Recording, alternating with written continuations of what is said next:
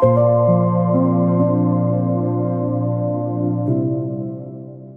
this moment to continue as long as you want it to continue.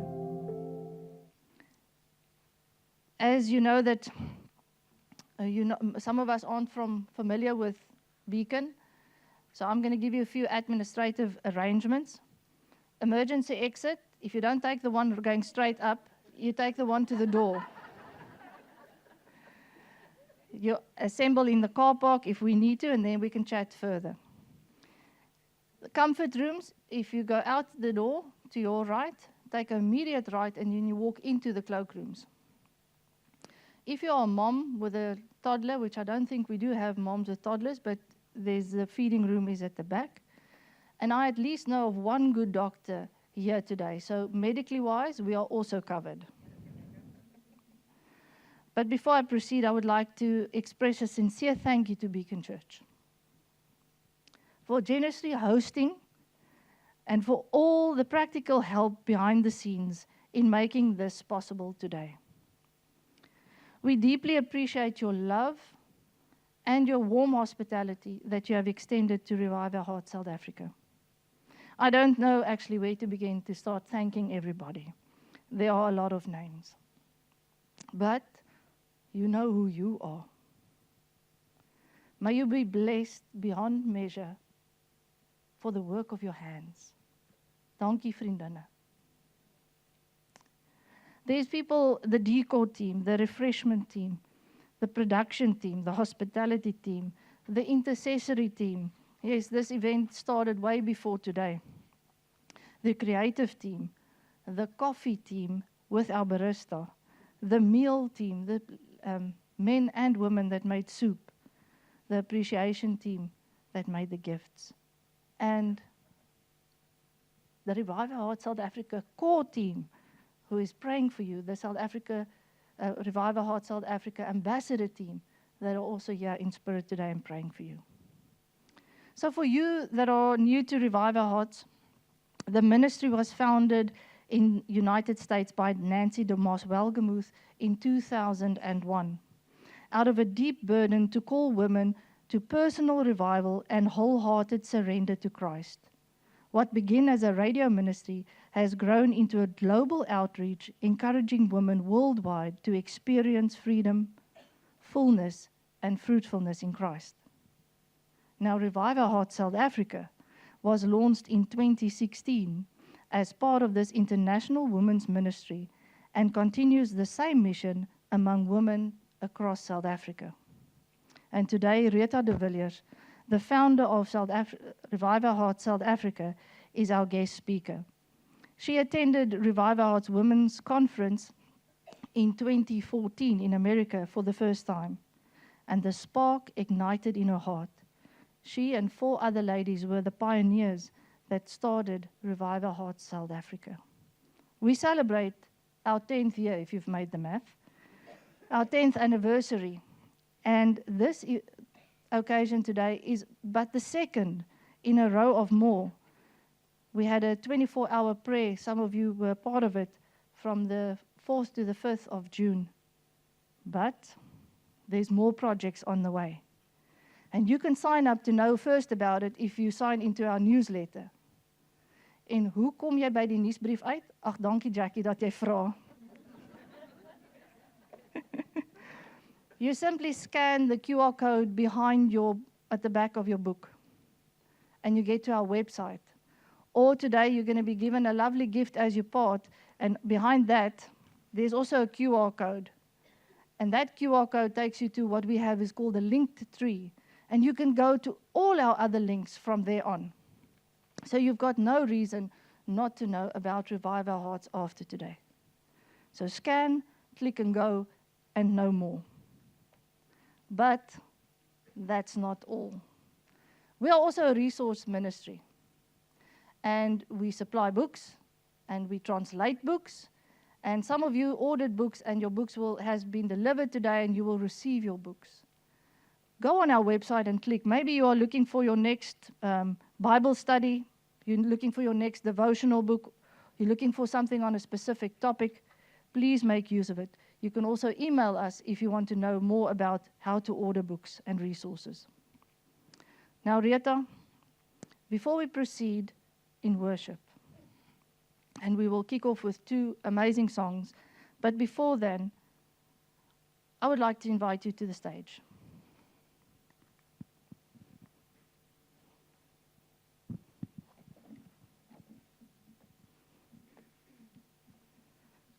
Rita, here's a book for you to read.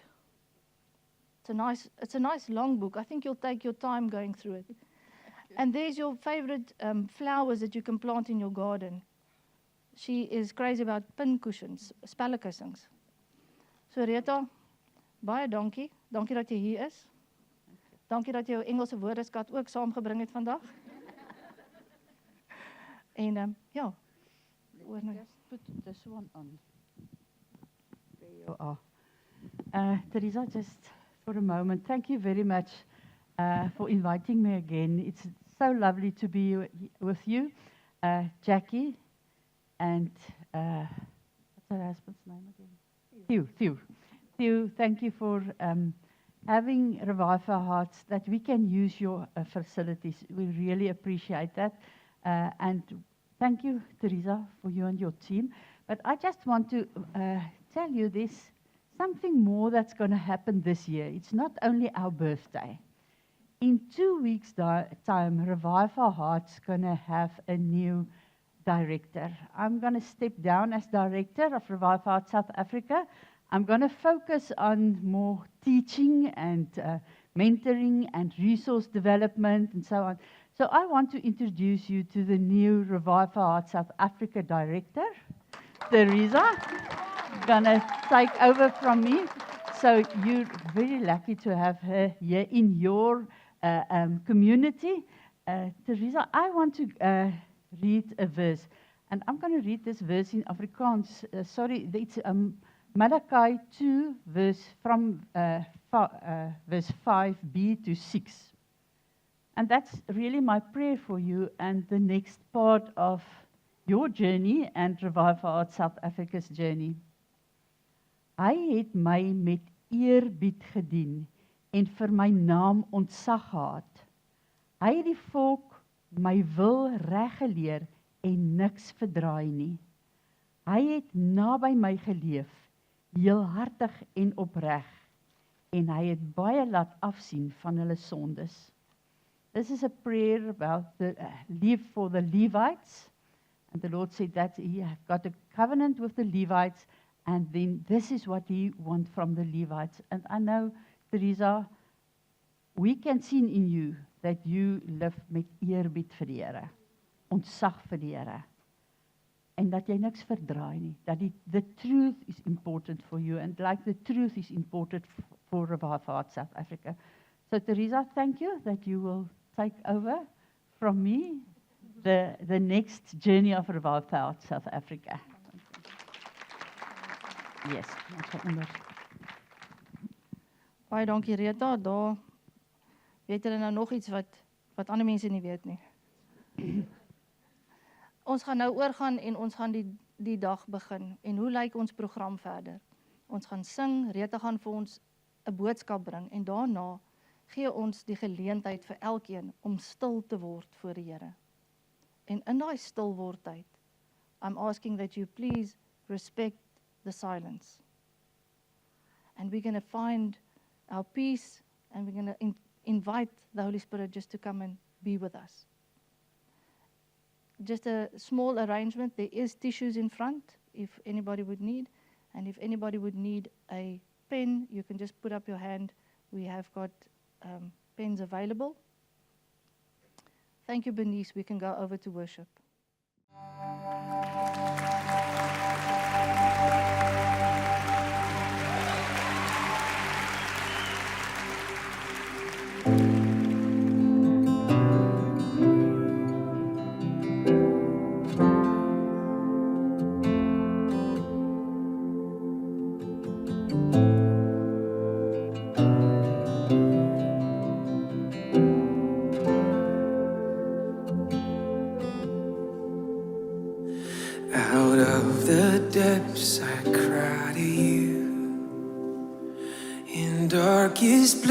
voices I will call.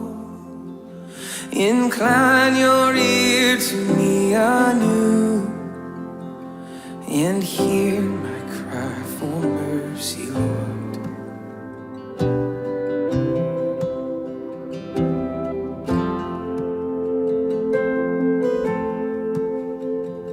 Were you to count my sinful ways, how could I come before your throne?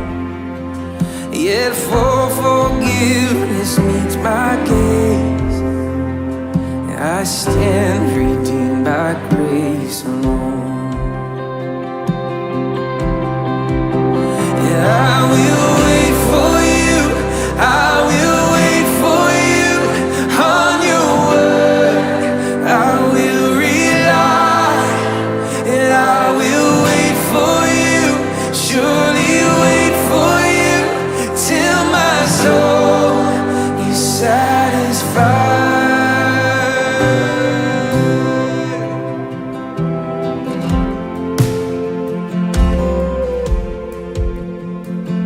So put your hope in God alone.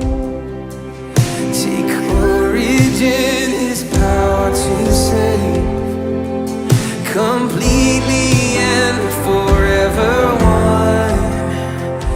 By Christ emerging from the grave, I will wait for you, I will wait for you on your word.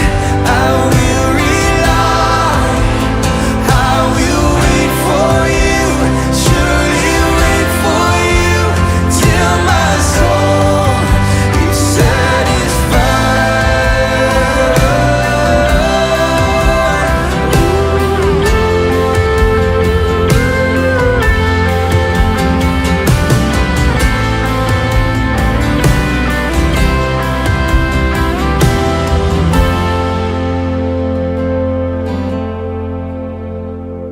Now He has come to make a way,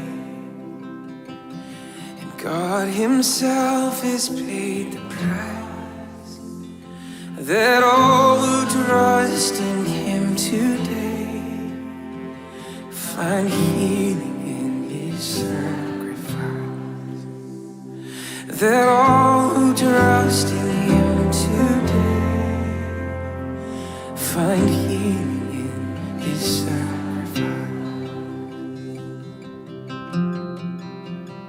I will wait for you, I will wait for you, through the storm, through the night.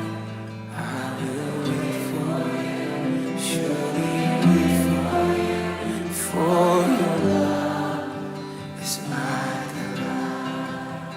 Oh, I will wait for you, I will wait for you, through the storm and through the night. Oh, I will wait for you,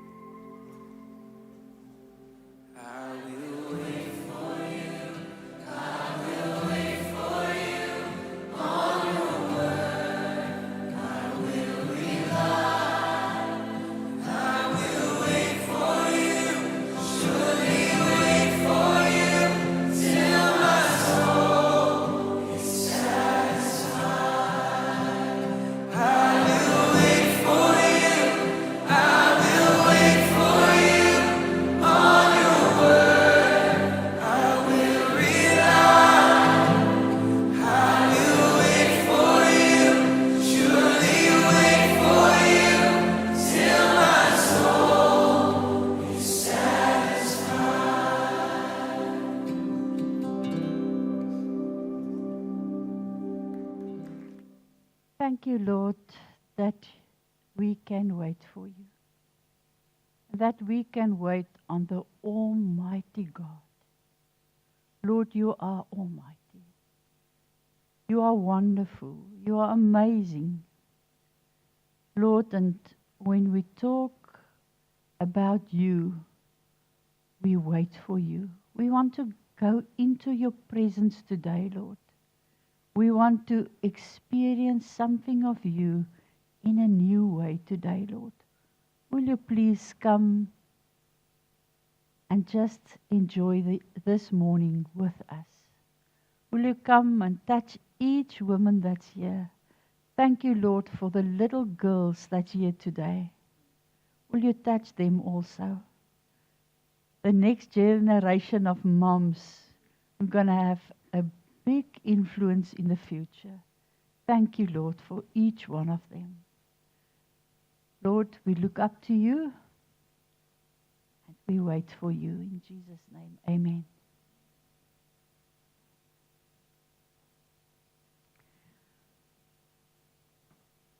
It is such a privilege to have all these young girls with us.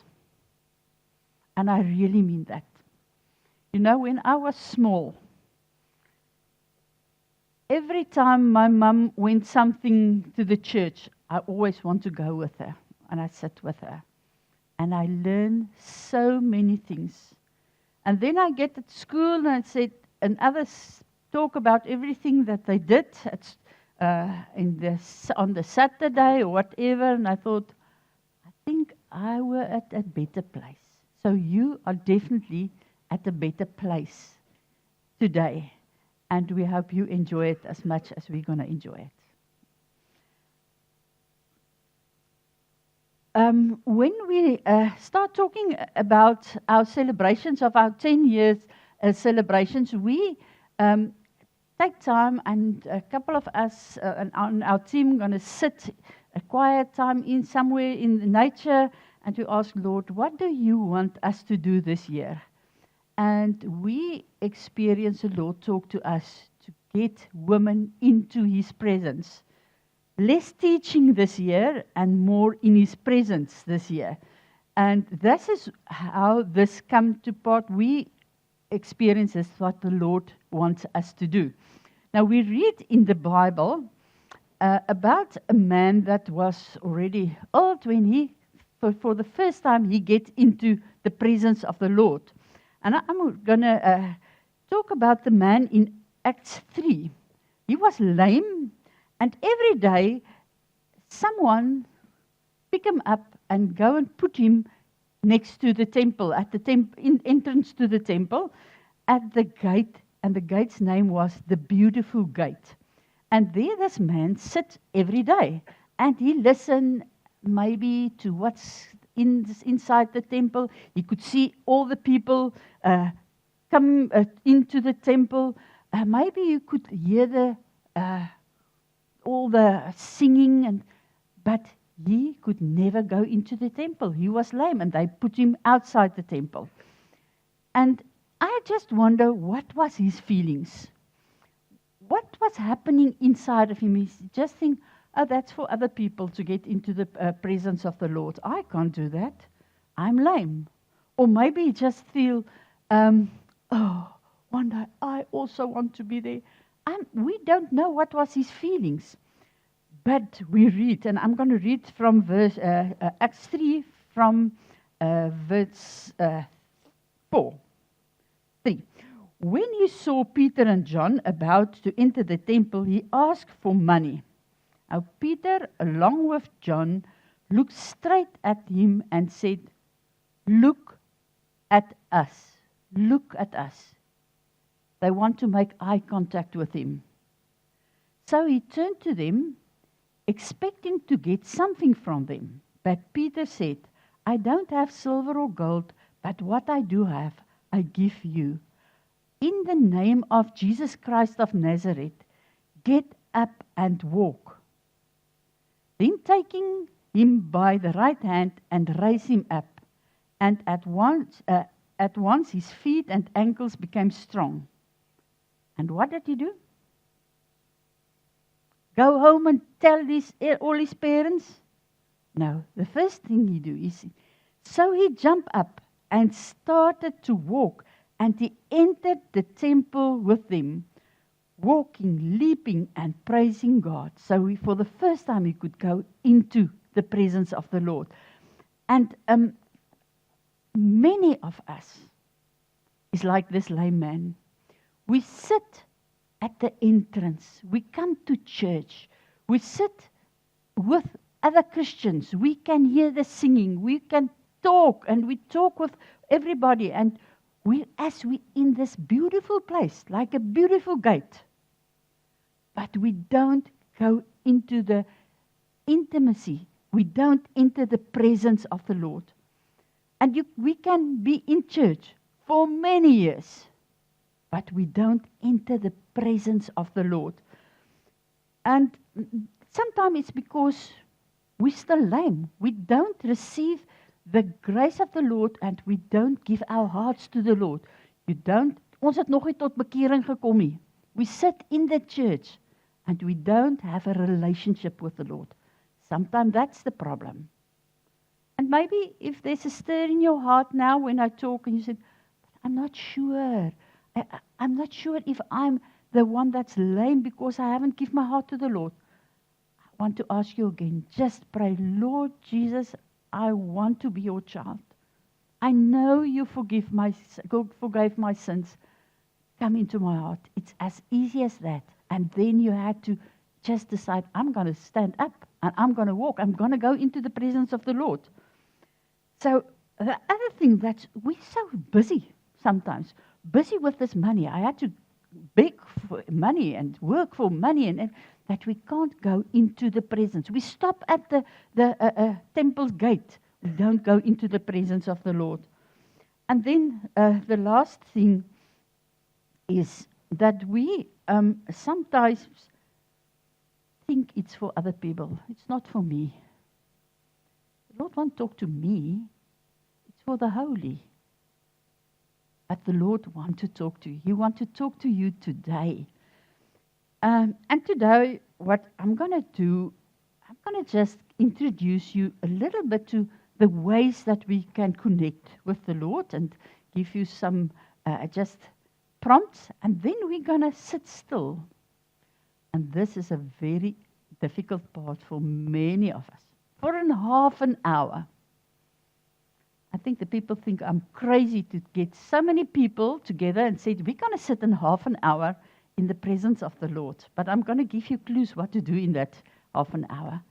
And we're going to be open. So I want you to think, I'm going to enter into the presence of the Lord. I'm not going to sit. I'm not going all my thoughts go high wire. I'm going to enter the presence of the Lord.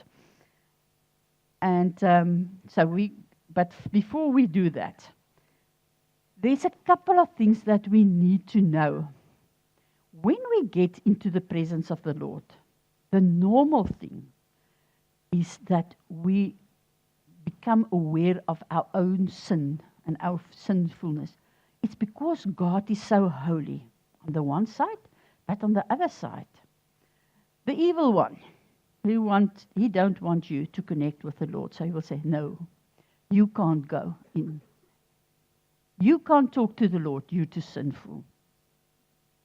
So it's very important to understand how the Lord sees repentance and how the devil sees repentance. Now, Teresa, will you please come here? I want you to come and just... There's different ways. Teresa, you had to repent of your sins before you can enter into the Lord's presence. Repent. Turn away. The kingdom of the Lord is near. Now this is how John the Baptist did. Repent, repent, repent. And this is what we learn in Sunday school. Remember, first thing is, what do you do if you pray? Say you're sorry. And the second thing is, you had to praise the Lord.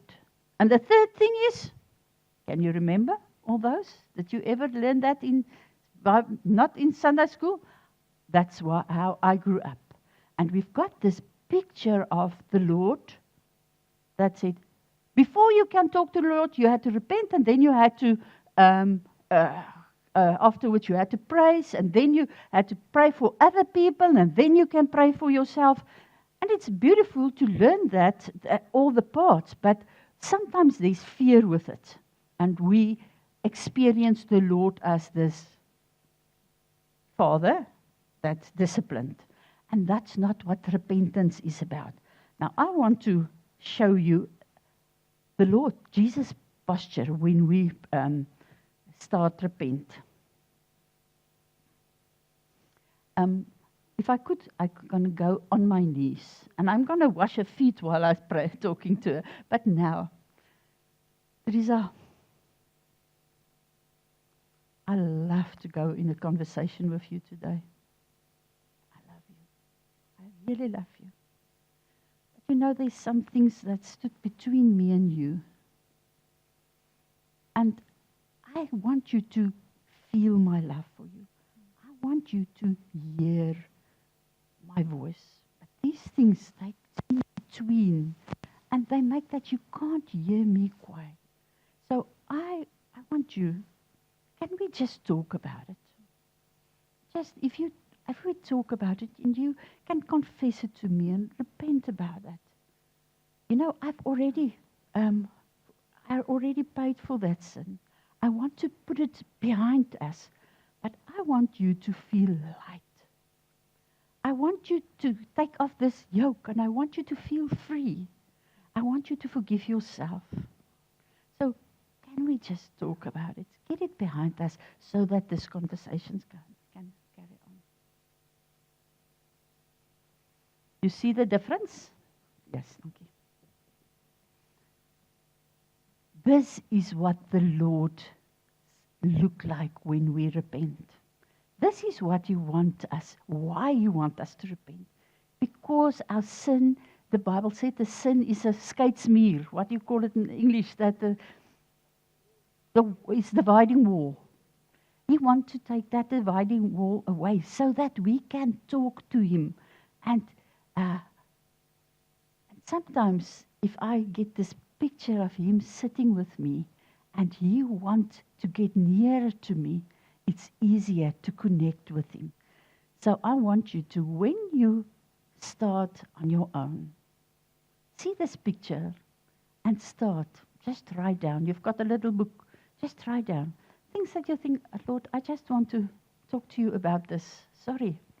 And then you can get that behind you so that you can get into a conversation with Him. Now then, I'm going to give you some conversation starters. Just to help you connect with the Lord. I'm going to give you two, but the first one, I'm going to talk a little bit about Elijah. You remember Elijah was a prophet, and the Lord sent him to Ahab. Ahab is the Afrikaanse naam. Ahab was the most evil king ever, and his wife was even more evil than him. Jezebel. Thank you. And the Lord tell Ahab, it won't rain until I say so. And the Lord said to you, then you had to go and hide, because I'm going to stop rain and dew. And so that Ahab and the rest of the Israelites would know I am God. So after about 3 years, the Lord tell him, go back, and said to Ahab, it's going to rain again, but first you had to do something. And he said, get all the prophets of Baal and all the other false gode. Get them together.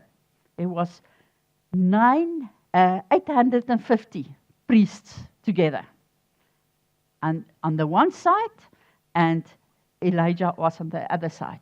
And Elijah said, get to cattle, put the one on the one fire altar and the other one on the other altar.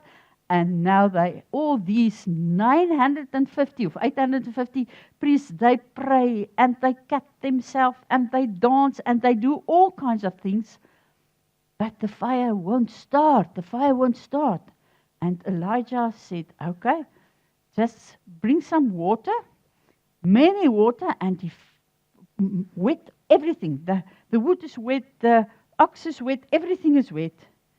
And he just prayed and he asked, Lord, will you send fire? And the fire came and everything was just burned down. The wood, the stones, everything was just burned down. And everybody know the Lord did this. So we think, wow, he's on a wonderful place. He showed the world who is Lord. But we read what happened with him. Quickly going to get to Kings. When he hear Jezebel is gone, and so he killed all these other prophets. He said, that just kill them. And then this terrible woman, she come and says, she will kill him. And what happened with him, he, let me just get my verse, nothing there. So he ran away, he sat down under a broom tree and prayed that he might die. He said, I have had enough, Lord. Take my life, for I'm no better than my ancestors. Then he lay down and he slept under the broom tree. He said, I have enough. Take my life, Lord. After this miracle, and sometimes we feel like that. We feel, Lord, I have enough. I can't take it anymore. Just take my life away. But suddenly, an angel touched him. The angel told him, get up and eat. Then he looked, and there at his head was a loaf of bread baked over hot stones and a jug of water. So he ate and drank, and he lay down again, depressed, in his own world now. Then the angel of the Lord returned for a second time and touched him and said, get up and eat, or the journey will be too much for you. Long journey is waiting. So he got up, ate and drank. Then on the strength of the food, he walked 40 days and 40 nights to Horeb, the mountain of God. And he entered the cave there and he spent the night there. So just get this picture.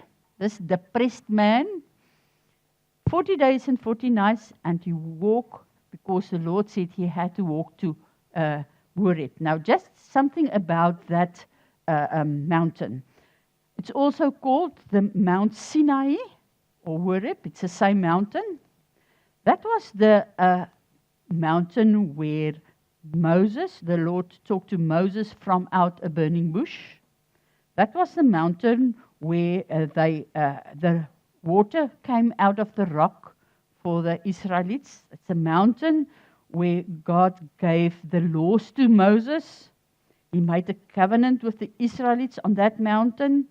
And that's also the mountain where Moses asked, I want to see your face, Lord. And so the Lord said, okay, I will pass by.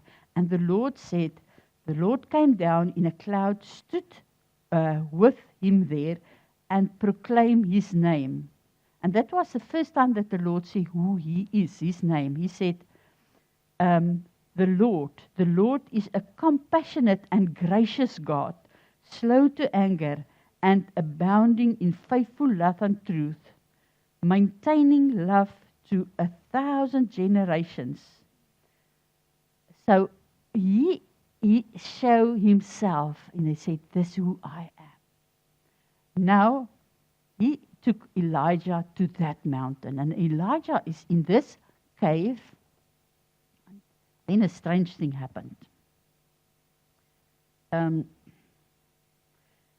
Suddenly the word of the Lord came to him and said to him, "What are you doing here, Elijah?" I think he must say, "You asked me to come here. Why do you ask me what I'm doing here?" But the Lord asked him, "What are you doing here?"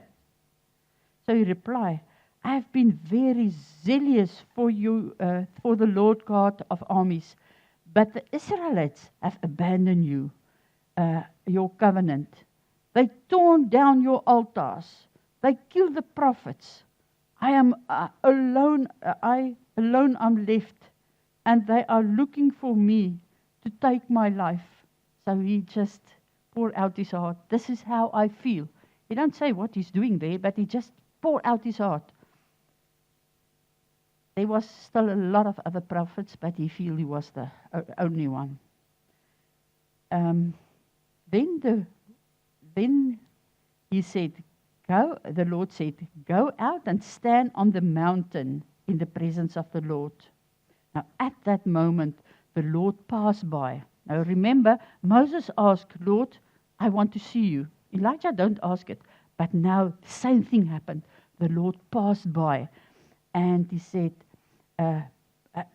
a great and mighty wind was tearing at the mountains and was shattering the cliffs before the Lord, but the Lord was not in the wind. After the wind, there was an earthquake, but the Lord was not in the earthquake. After the earthquake, there was a fire, but the Lord was not in the fire. You remember all these storms that we have the last time here? It's something like that, that wind, and just waiting for the Lord.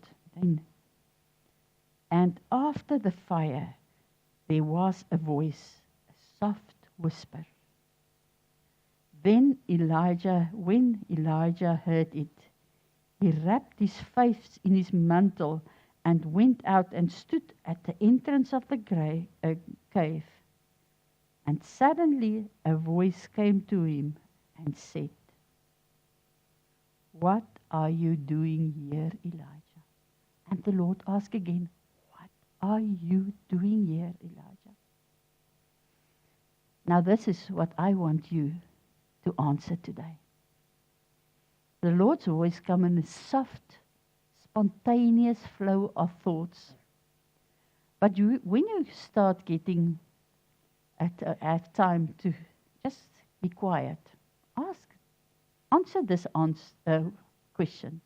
What are you doing here? Why are you here? Why are you here this morning? Maybe it's because your friends is here. But why are you here in the Western Cape?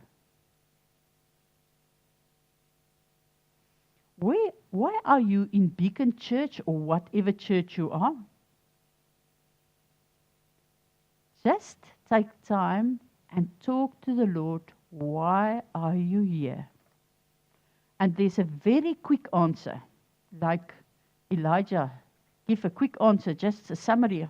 But that was not what the Lord wants to hear from him. He wants to hear something else because he asked him again. And then we see that the Lord gave him instruction and he said to him, "Go and turn away." And so he had to go and anoint another king. So he get a word from the Lord when he was there. But it starts with, what are you doing there? Now another question, what you can maybe talk to the Lord. It's not necessary to talk to the Lord about both. Maybe another one is more that you want to talk to the Lord about. It is from Nehemiah. You remember Nehemiah?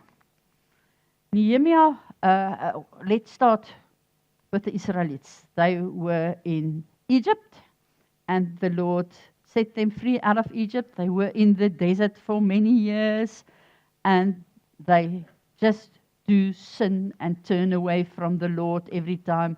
And the Lord sent prophets and said, if you don't listen to my word and don't listen to my commands, I'm going to send you that the other nations will dominate you. We're going to take this freedom that you've got, we're going to take it away, and you will be in exile.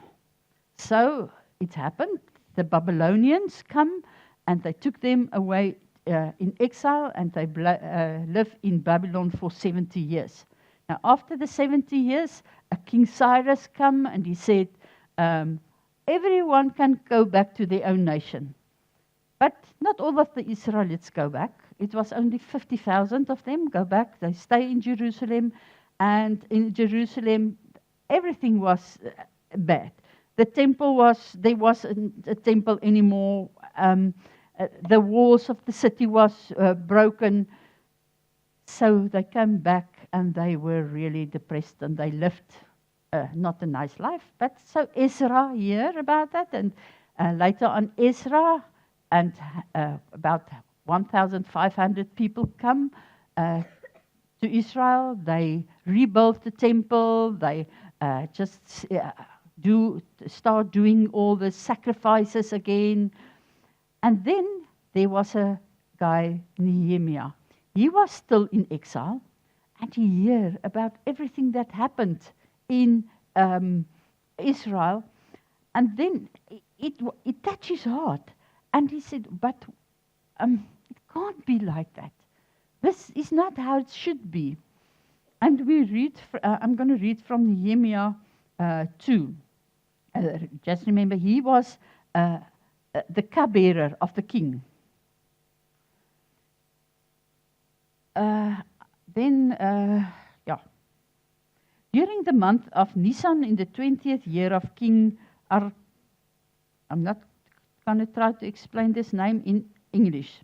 When wine was set before him, I took the wine and gave it to the king. I had never been sad in his presence. So the king said to me, why do you look so sad? When you aren't not sick, hoekom is lyk jy so sad? Jy's dan nie siek nie? Do you have sadness in your heart? I was overwhelmed with fear and replied to the king, may the king live forever. Why should I not be sad when the city where my ancestors are buried lies in ruins and its gates have been destroyed by fire? Then the king asked me, what is your request? What is your request? And then he said to the king, and the king gave him everything that he needed to go, and he rebuilt the walls. But today I want to give you this question. What is your request? Is daar iets wat jy vir my wil vra? If the King of Kings, the King of Heavens is here today, we invite him. And he is sitting with you. And he asks you, like I talk to Teresa, what do you want from me today? What do you want to ask me today? So this is the next question. So the first question, what are you doing here? And the second question, what is your request? Is there anything that you want to ask me? He knows your emotions better than that this king knows in Nehemiah's emotions. He knows your emotions. He knows what you feel. He knows your worries. He knows your passions. Not only bad things, all the good things. He knows your questions, your struggles, your joys. He knows everything. And he come and ask you today, what do you want to ask me? What do you want to ask me? What do you want to ask me? So now we're going to take time, and you're going to answer these two questions, or as if the Lord talked to you, and you're going to talk to him about it. first, like I said, just get the sins away. Open the conversation. This is not an easy thing. Usually when I do things like that, we're in the nature and we said, go and sit where you want. But this setup is not the ideal situation for something like this.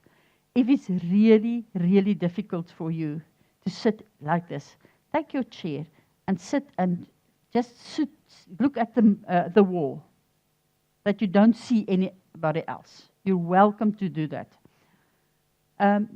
Please try, don't go outside, just stay in this room. We're going to take it, half an hour can be very long, but if you are really in the presence of the Lord, it can be very fast. Then you feel, oh, please, please, we don't want to stop. So I'm going to pray now for that. Then the other thing that's very important, when we get into the presence of the Lord, sometimes the tears just start running. And that is absolutely okay.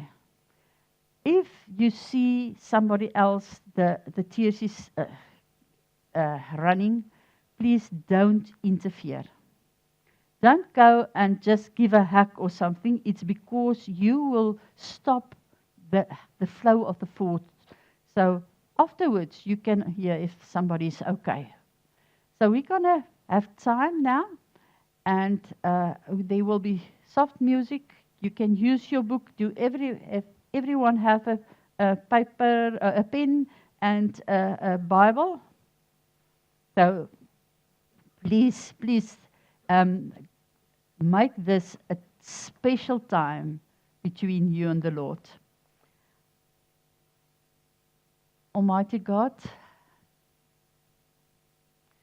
you know, it's as if, I feel as if I've got this huge altar with the fire and the water and everything like Elijah. And we wait on you to bring the fire.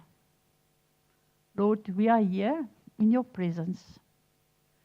Lord, and we are here open that you can come and speak to us. Will you come and with your presence and show yourself to each one of us? And Lord, help us, guide our thoughts that we can connect with you. We pray that in the name of Jesus. Terwyl julle staan en bietjie strek en so aan wil ek hoor. Ek wil nou nie by die negatiewe begin, maar ek wil vra, vir wie was dit moeilik? Was dit regtig moeilik? Ek sien nie een vir wie was dit moeilik nie. Vir wie was dit lekker? Wonderlik. Dankie Here daarvoor.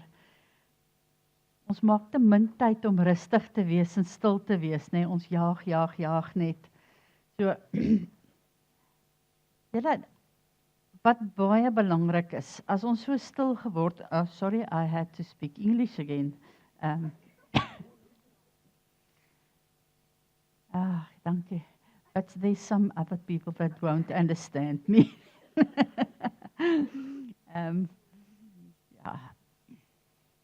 Sometimes the Lord, like they said, a sense of humor, you know, when he chose me to do things like this, he said, I'm going to use somebody that really can't speak English so that the Afrikaans people also can understand when we talk English. So, easy.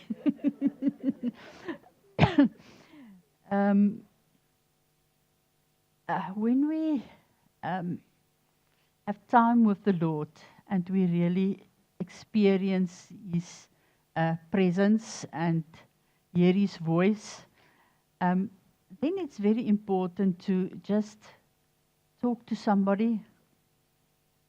Sometimes later on, not immediately. Sometimes it's good to just talk to somebody just to make it official and just help you to remember that. And that's what we're now going to do now in our small groups. I think you're a large group. 4 at the most. 4 or 3 or 4. If you're 5, it's all right, but not more than 5. Just share with each other your feelings, maybe something that you read, something that you experience. Just take time and share what you experience. And if it's really too personal, it's not necessary to share. Sometimes, like the Lord said, some of the people that He healed, He said, don't go and tell now. Because He knows they still had to process, thank you. So if there's things that you still need to process, it's not necessary to talk about it. But if there's some things that you can share, please share with each other. And then we're going to get time if somebody's going to share in the bigger group also. So if you feel you've got maybe a word for somebody or just want to share, there will be time for that. But first in the small groups. I'm going to give time and just listen until it's a little bit more silent, then I'm going to stop. I'm not going to give a specific time.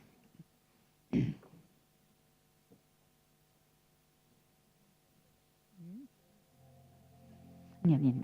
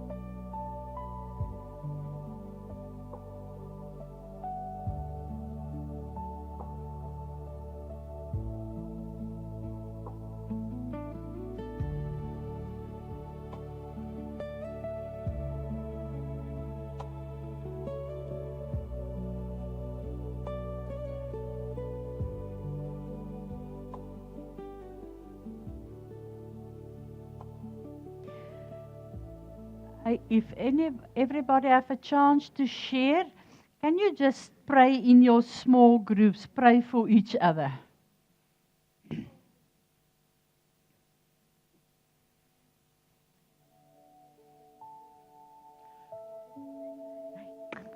You read?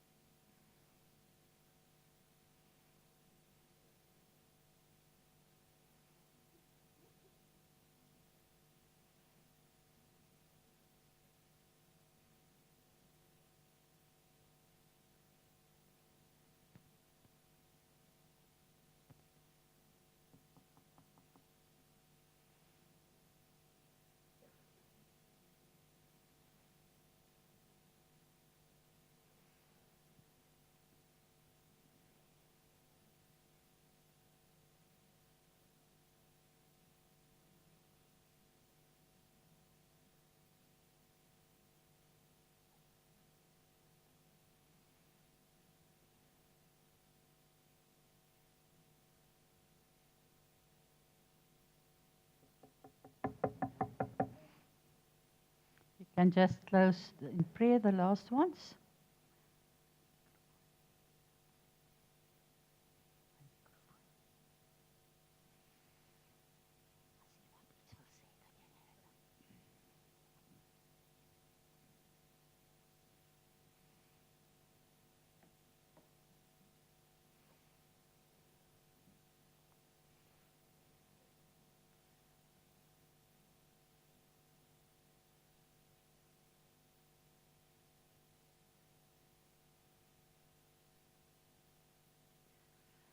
Thank you, Lord, that we could have this time to just share. And Lord, we want to ask you if there's some things that need to be said to the whole group, that you will rise up the people that had to speak, and that you will give them strength and give them the wisdom what to say. We want to honor you, Lord. No, nothing else but give honor to you. And Lord, we will want to end this day today also in your presence. So thank you, Lord. Thank you that we could pray for each other. We're looking forward to what you want to say to us today. In Jesus' name, amen. Is there anyone that have this burden in your heart that you want to share something that the Lord talked to you about? Maybe it's a personal thing, or it's for the community, or just a testimony?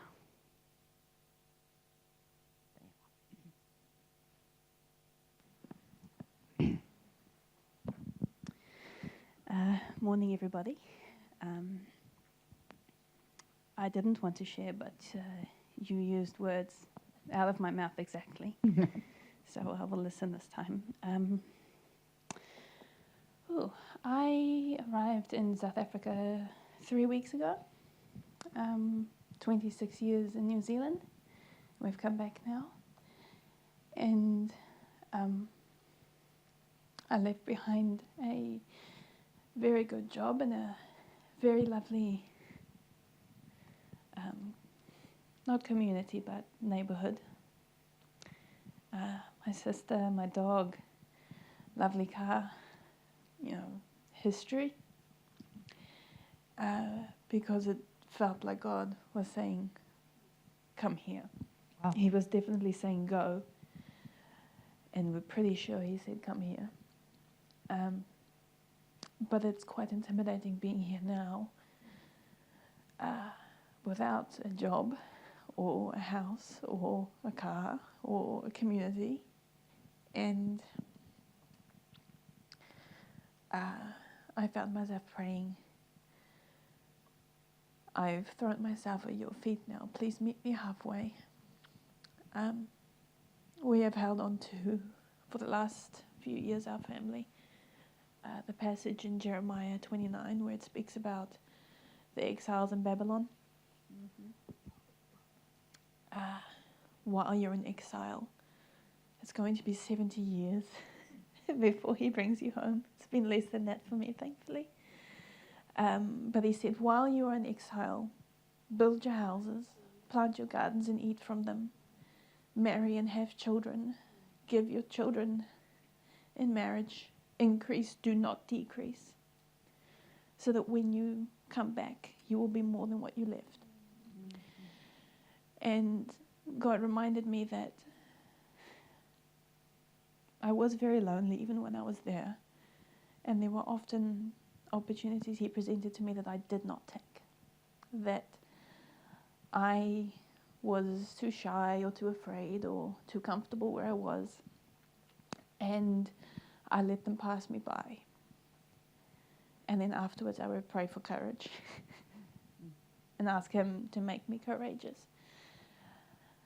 But about 2 years ago, he reminded me of what he had done for me then. He said, at the beginning of the year, he gave me Joshua, where he said, be strong and courageous because I am with you. Not I'm going to make you strong and courageous, just be strong and courageous. And I took that to heart, and what I really, really longed for that year was growth in my job. That was what I was really hoping for. And so I was strong and courageous, and I went and asked my boss, please, I want to learn. Teach me more. I want to move up. I want to do more in the lab. And she did. She set up a whole plan for me, and I started learning and growing more, and the job just came alive again, and I felt like I was doing something. And God reminded me now that he gave me opportunities, and he gave me many opportunities, but when I was strong and courageous, they were realized, and he did very many great things for me. And I have prayed now today for the things he told us to do in exile. Build a house, plant a garden, get married, have children. I'd love that opportunity, I said. And he said, yes, but remember, when I bring that opportunity to you, just have the courage to take it. So that was my one. Thank you. There's a new friend in the neighborhood.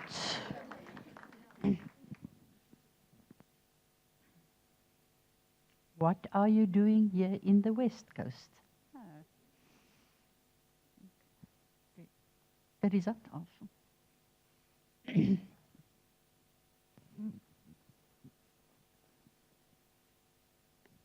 Good morning, everyone. Good morning, sisters. So I was lying on the floor because it was just so cold but so comfortable this morning. But while I was lying on the floor, I just really sensed that God was sitting at this table, at one of these tables in a chair. And all I kept on seeing was this woman that was constantly running past the table while God was just sitting. You know, and if the woman was running to the left, then he would just gracefully look to the left. And if she went to the right, he would gracefully look to the right. But the day passed, and he kept on sitting, and the woman kept on running. And I just got this sense that God is saying so many of us are constantly on the run, and we don't stop just to listen to what he's got to say to us. Some of us have been praying for months, for weeks, for days, even for years. And then you're like, but God, you don't answer me. God is saying, I'm sitting. I'm waiting for you to stop so that I can talk. Because the sense that I also picked up is that while we run, sometimes we also forget that the source that's giving us the energy and the strength to run is the source that's sitting there all the time waiting for us. So God is calling us as women, as his daughters, to stop when you get opposite or across to him and just to sit down and not to talk. And here's the thing that I sense in this picture. He doesn't want you to stop to talk. He wants you to stop so that he can talk and we can listen. Amen.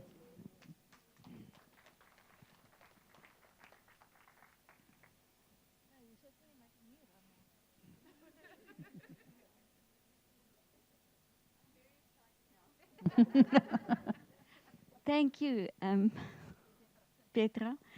I didn't want to say anything because I thought it was just for our table, but it's most definitely for everyone. Sorry, I just want to read it.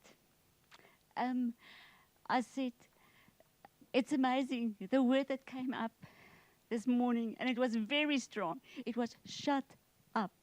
And although it's such a rude word, it actually didn't feel rude to me this morning. Shut up meant, for me, it sort of meant closing everything else out and just shut it in. Let's call it shut in. But it's shutting up on the inside, keeping everything on the inside. And the thing is, I realized we as women, we tend to be busy all the time.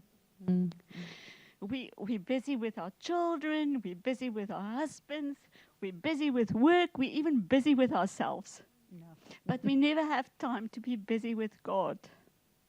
So we must really start shutting up. And I also realized if you want to hear something clearly and you want to hear it, God we hear from the inside. We don't always hearing from the outside. Yes, we get people that are very blessed and they can hear the voice that's loud and clear from the outside. But we have to be very quiet to hear God's voice because he's speaking from the inside. And you can only hear something very clear if you keep quiet. If you don't say a word, you keep quiet and you just wait. I had a wonderful experience the past 3 years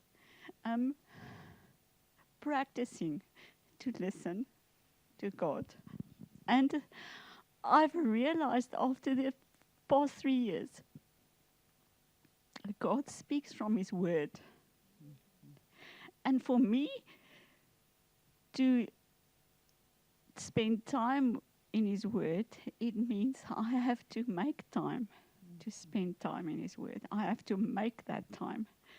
And that is creating that little bit of time. It's not really that difficult. Really, it's not that difficult. There's enough time to make food. There's enough time to spend time with your husband. There's enough time for work. There's really enough time in the day to spend time with God. And the more we practice it, the easier it becomes. And it becomes, for me at this stage, it almost feels like if I don't do it in the day, is that I'm missing something. I'm missing my friend.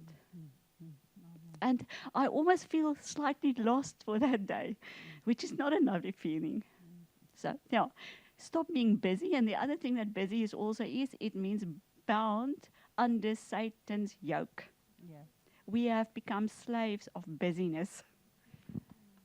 Thank you. My husband was preaching in Darling on Sunday, last Sunday, and part of his message was, shut up and cheer up. Get hope. Shut up, listen. There's hope. Thank you. Somebody else?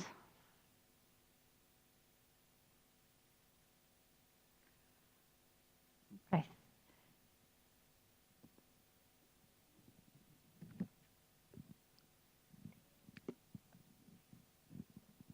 Yes, this morning the question really just struck me again. Why am I here?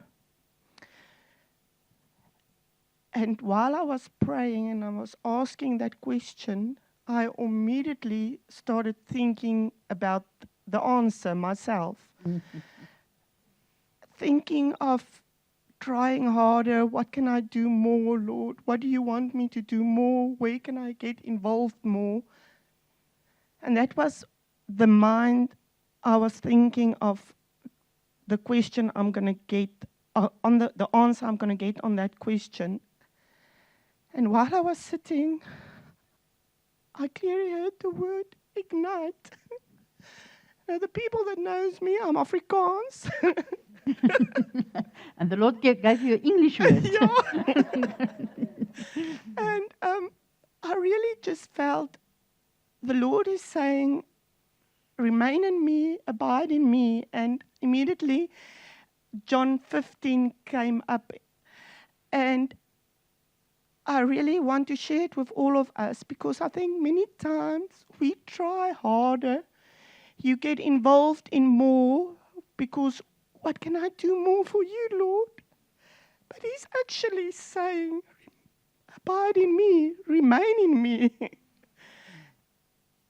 And that fire that ignite will happen not in trying harder, not in getting more involved, but that fire will be there. It will be ignite when we abide in Him and draw closer to Him every day. So He doesn't ask us for doing more, but to go into His presence, because many times we stop at the entrance. Amen. And He wants us to go in deeper and deeper. And when we started this morning, welcoming His presence, it was like into His presence was highlighted the whole time for me. And when we had to break up in groups now, just sharing with each other, and I opened my eyes, the welcome was highlighted for me in my eyes, and I just sense the Lord is saying, welcome, welcome my daughters, come into my presence. Amen. Thank you. Thank you, Jackie. One more person? Yes.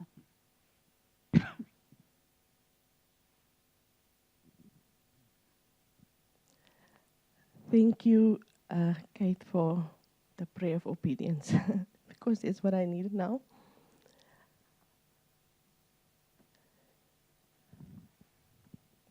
I feel this on my heart when I was busy with this 30 minutes.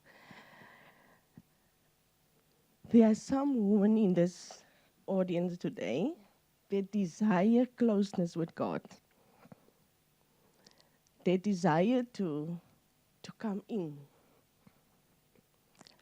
But because of experiences in our life, where people close to us has disappointed us, or you got hurt by people that you trusted and people that were supposed to protect you that hurt you.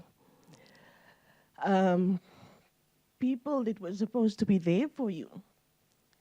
And that make you, it's like a barrier to actually come in His presence and open up. Because your experience was disappointment when you did that. But like Rita said in the beginning, the way God, when we come into His presence, is not judgmental or to hurt us. I love it when God revealed Himself and say, I am compassionate. He's tender-hearted, He's compassionate. So whatever our ideas of who God is, that was formed by this world in how our earthly fathers were, or how people that were supposed to love us and be compassionate towards us have treated us. God wants to break down that memory and that burden. And he said, come and learn from me. Come close and come learn from me. Because that's not who I am. I'm a loving Father. And I'm waiting for you. I delight in you. I delight in spending time with you. And I pray this morning that if there's any person in this building that have that experience, that fear of closeness, that God will really come and break down that walls in Jesus' name. Amen. Thank you. Thank you. I'm going to close by giving you another question, and that's homework. Something that you had to go and take further in your own quiet time.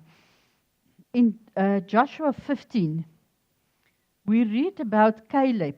Caleb was one of the leaders of Israel, and he had to conquer a piece of land where he and his descendants could live. And Caleb said, the one that conquered this piece of land, he was an old man at that stage, he can marry my daughter. So Othniel, son of Caleb's brother, captured the people, and he get married to Aksha, I think that's the English name, Aksha. And then Aksha said to Caleb, but you had to ask my father for some land also. We're now married now. And then Caleb gave them the Negev. They know the Negev in Israel is the driest place. That is a barren place. So her father gave them the Negev. So she climbed on a donkey, and you can see her just on this donkey with the attitude, Father, this is not that I asked for. When she arrived, she persuaded Othniel to ask her father for field. As she got off her donkey, Caleb asked her, what can I do for you? You can almost see her, she's on a mission. What can I do for you? She replied, give me a blessing. Since you have given me land in the Negev, give me the springs also. So he gave her the upper and the lower springs. She said, I need more than this. Now I want to read to you a part out of a long poem. Sarah Trent wrote this poem. And maybe you can put this on that group, the whole poem, because it's beautiful, beautiful. But just listen to this. And I want you to go and read through this poem yourself again, and read through it. It was Joshua 15 from verse 18 almost here. Yeah, 17, 18 that I read. Right. Sometimes we feel we've got dry land. And just listen to this. Aksa came with a request, but she left with abundance. She asked for water, and her father opened his hand wider than she imagined. I wonder how many of us have spent years standing in dry places, believing survival was the highest thing God has for us. We thank Him for the field. We thank Him for the land. We thank Him for the inheritance. Yet, all the while, heaven is whispering, ask for the springs. Because an inheritance without water became a burden. A promise without His presence became exhausting. A field without rain became dust. God never intended for His children to merely possess territory. He intended for them to flourish in it. He intended for barren places to bloom. He intended for deserts to sing. He intended for weary souls to become wells. Asha understood something many of us forget. She was not approached Caleb as a beggar. She was approaching him as a daughter. She was not a stranger hoping for mercy. She belonged to the family. She knew whose name she carried. She knew whose table she sat at. She knew whose inheritance she possessed. So she asked, not timidly, not apologetically, not fearfully. She asked largely because she understood the largeness of the one she was asking. I'm going to skip a little part. Aksa did not ask for gold. She did not ask for status. She didn't ask for comfort. She asked for water. She asked for the things that could sustain life, the things that could nourish and the inheritance, the things that could make barren grounds fruitful. What wisdom! Because the greatest gift God can give is not something that sparks for a season. It is His living water. It is His Spirit. It is His presence. It is the river that keeps flowing when everything else dries up. Gold cannot heal a broken heart. Honor cannot satisfy a thirsty soul. Comfort cannot reassure a weary spirit. But one touch from the river of God can turn desert into gardens. One drink from His presence can revive years of drought. One moment beneath His smile can restore what sorrow stole. And perhaps this is what grips me most about the story. Caleb did not rebuke her. He did not call her demanding. He did not tell her she was asking too much. He did not remind her of what she already received. No, he opened his hands wider, and I cannot help but think of our Heavenly Father, the Father who says, open thy mouth wide and I will fill it.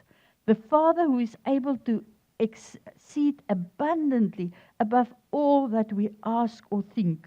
The Father whose storehouse never empty. The Father whose well never dry up. The Father who delights in giving good gifts to His children. You have a promise. You have a calling. You have an assignment.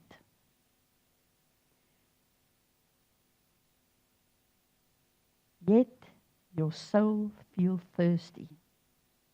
Your spirit feels depleted. Your heart feels weary from carrying land that has not yet bloomed. The answer may not be in a different field.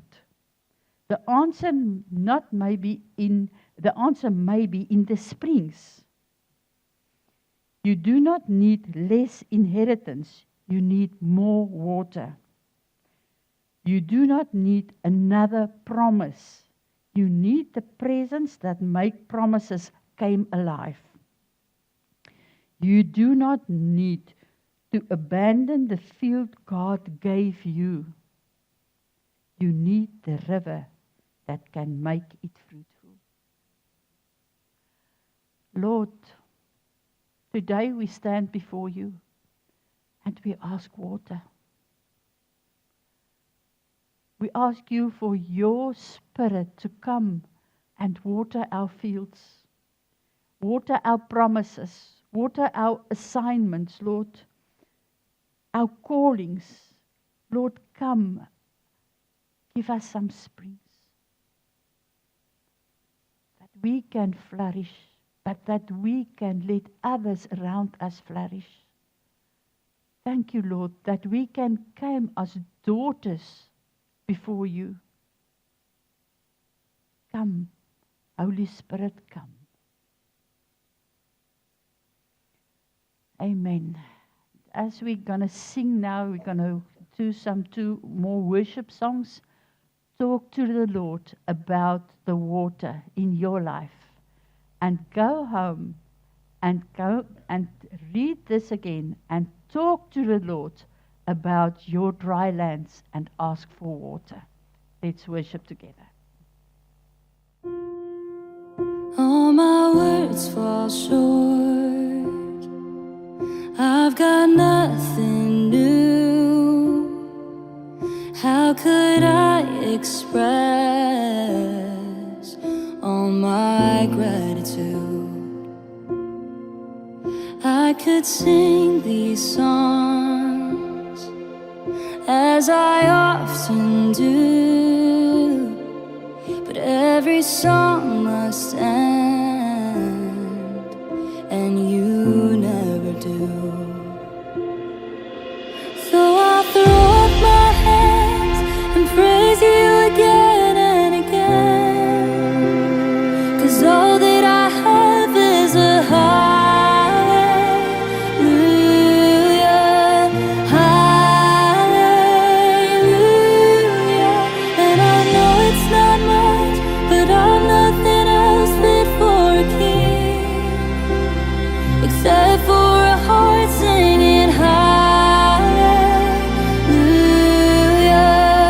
hallelujah. I've got one response, I've got just one move, with my arms stretched wide, I will worship you. So I'll throw up my hands and praise you again and again, 'cause all that I have is a hallelujah, hallelujah. And I know it's not much, but I'm nothing else fit for a king, except for a heart singing hallelujah, hallelujah.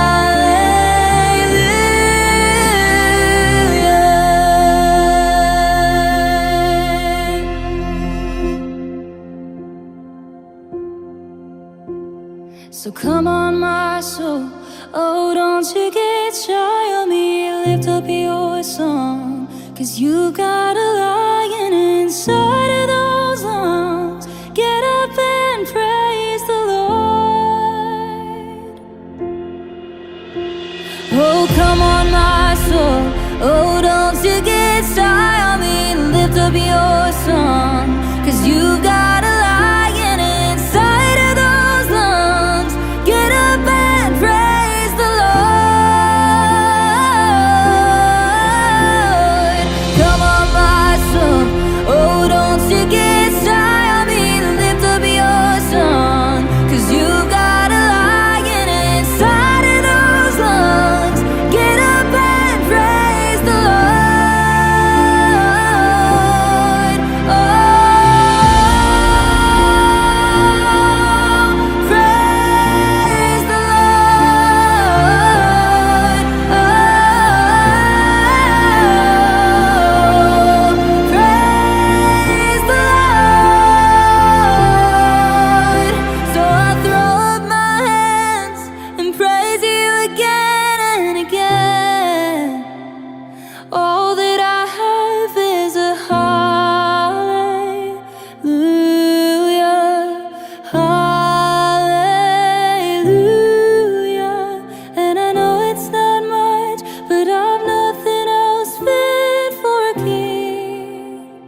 except for a heart singing hallelujah, hallelujah.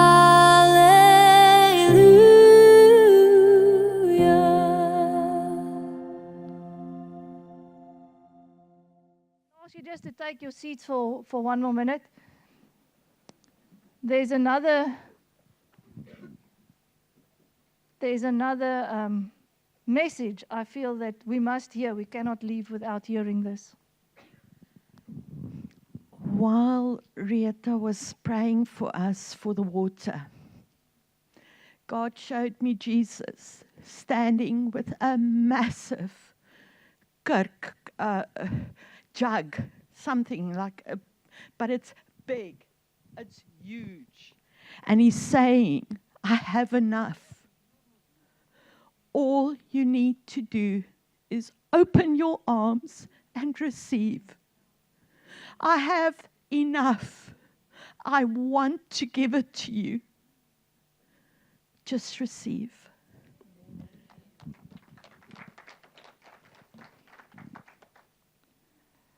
I don't think we will leave this venue the same as what we came in. I'm not always one to be big on thank yous because I'm always worried I leave somebody out. But there's something I feel, and I want to highlight these people, and forgive me if you feel out because I don't mention you. But I want every mom with their daughter to stand up. And I want to let us give them an applause.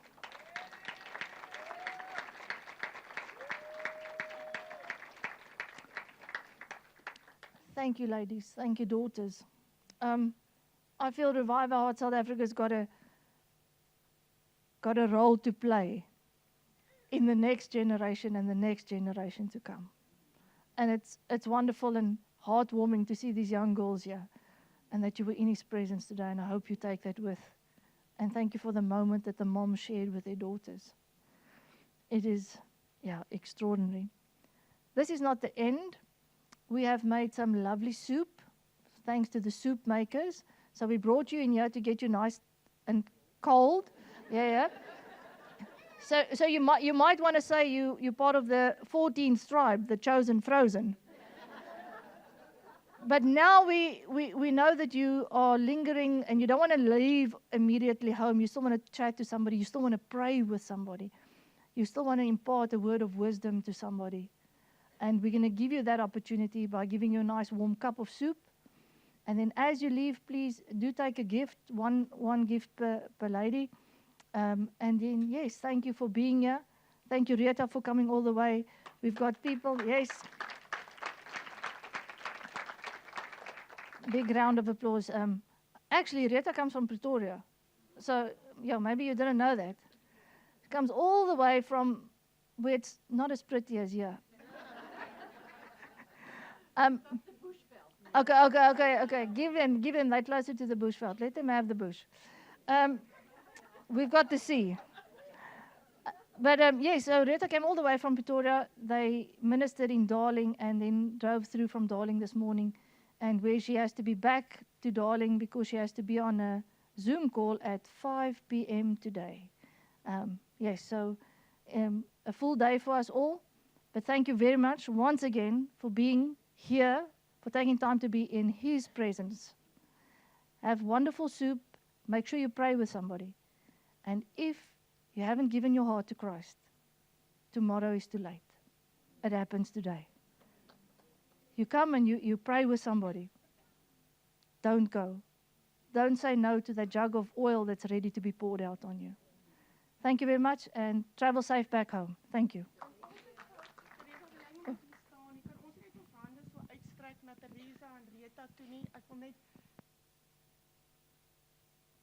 Oor hulle en ons sê net vir die Here dankie en die Here se seën het oor hulle werk wat hulle doen. Hemelse Vader, ons kom vanoggend as 'n groep vrouens hier bymekaar en ons wil vir U sê dankie. Dankie vir Rieta, Here. Dankie vir haar hande, Here. Dankie vir die mens wat sy is, Here. Dankie vir dit wat sy die afgelope 10 jaar gesaai het in Revive Our Hearts, Here. Here, en ek bid dat U haar sal seën, Here, kom oorspoel haar, Here. Here, ons bid U seën oor haar, sodat sy kan voortgaan, Here, in die nuwe seisoen, om 'n seën te wees vir ander, Here. Here, raak haar aan, Here. Here, laat U liefde oor haar vloei, Here. Mag hierdie 'n seisoen wees, Vader, waar sy net weer en weer ontdek net hoe groot, hoe diep, hoe wyd U liefde vir haar is, Here. Here, dankie vir haar getrouheid, Here. Here, dankie vir haar hart, Here. Here, en ons sê vir U dankie. Dankie vir Revive Our Hearts, Here. Dankie, Here, vir die werk wat hulle doen, Here. Here, dankie vir vrouens wat hulle aanraak. Dankie vir hulle hulpbronne, Here. Here, en dankie dat dit altyd en altyd gaan vir die uitbou van U koninkryk, Here. Here, dankie vir Teresa, Here.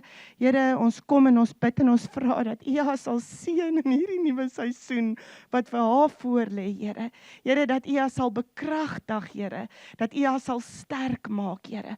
Maar Here, mag sy in hierdie nuwe seisoen, Here, in hierdie nuwe rol waarin sy instap, Here, mag sy weet dat U saam met haar is elke dag, Here. Mag dit nie net 'n wede wees nie, maar Here, mag sy dit beleef en ervaar, Here. Here, seën haar hande, Here. Seën haar gedagtes, Here. Here, kom praat U elke dag net so meer en meer, Here. En mag sy U stem altyd net hoor bo die wêreld se stem, Here. Here, ons sê vir U dankie. Dankie vir hierdie twee vrouens, Here. En Here, dankie dat U die een is wat hulle net so voorspoedig gaan seën, Here, in die nuwe seisoen wat vir hulle albei voorlê. Ons gee vir U al die lof en ons gee vir U al die eer, Here. Amen. Amen.